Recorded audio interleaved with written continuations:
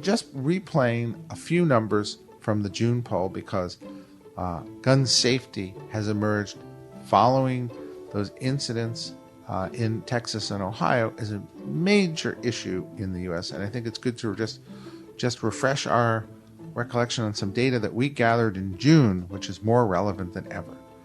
Which is, do you think gun laws should be mostly at the federal level or at the state and local level? 57%, nearly 6 in 10 believe the federal government is the right place for gun laws.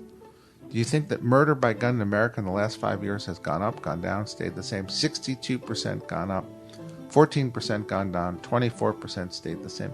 Technically, in the last 5 years, it's ticked up a little bit in the last two, but over the last 20 years, actually, gun violence, not counting suicides, and more than half of gun violence is suicide related. Once you take those out and you're dealing with the homicides, in fact, that number has come way down over the last 20 years, although it's begun to tick up slightly per capita the last couple. Still not numbers that are not as high as the public thinks.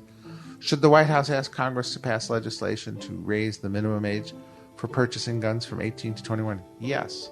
This is a really powerful proposal. It turns out that 20% of all murders are committed by people who are age 21 and under. So while drinking is restricted for age 21, right now in most states you can buy a gun at 18. Huge public support for raising that to 21. Should gun ownership be licensed like car ownership, 69%, or just require background checks? Again, I when I was working with Vice President Al Gore, I pushed him to make the proposal for national licensing, which he did. The backlash was so strong that he never continued to use that proposal on the stump, but he probably was the first and maybe the last presidential candidate, major nominee to come out for licensing itself. Background checks, as I pointed out in a recent piece in The Hill, are in effect licensing because they create a database that registers every gun owner by registering all the transactions anyway. It just doesn't have the kind of training and certification aspects that a true licensing program would have. Of course, those on the other side of this issue are always worried that once you have licensing, once you have universal background checks, that it's a matter of time before people push for confiscation of guns. I can't certify one way or the other, but that's the emerging argument and why a lot of people who might support these things in principle are concerned about what would happen if they would be put in effect, especially when about 40% of all Americans have a gun in their household. Do you favor a measure that would ban all gun ownership except for police and military? Only 32% favor that, 68% oppose it. So a lot of people favor additional gun safety measures, even raising the age of purchase. They were, in earlier questions we did, favor the assault rifles ban, although there are relatively fewer murders by rifles than handguns. Most of the murders or homicides by gun are in urban areas with younger people. About half of all murders are committed by people 25 and younger. Old guys, geezers like me, we don't kill a lot of people with guns.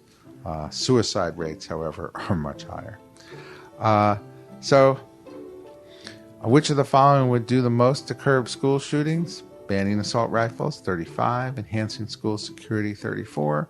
Increasing commitment to mental health issues, 32. The truth of the matter is, the public wants it all. They want all of these things done, not just one of them. Do you think that most school violence is related to mental illness, urban gangs, or easy access to guns? Mental illness, number one, 49%. 13 urban gangs. Easy access to gun, though, at 39. Again, I come back to they want it all. They understand it's a multifaceted problem. Should repeat gun offenders face harsher penalties under the criminal justice system, or are they currently being handled appropriately? 87% say face harsher penalties, 13% handled appropriately. So at a time when drug-related offenses are drawing more scrutiny with the public calling for those sentences to be reduced, it may well be that there is in fact continual calls for greater sentences on the part of people who commit offenses with guns, particularly repeat offenders.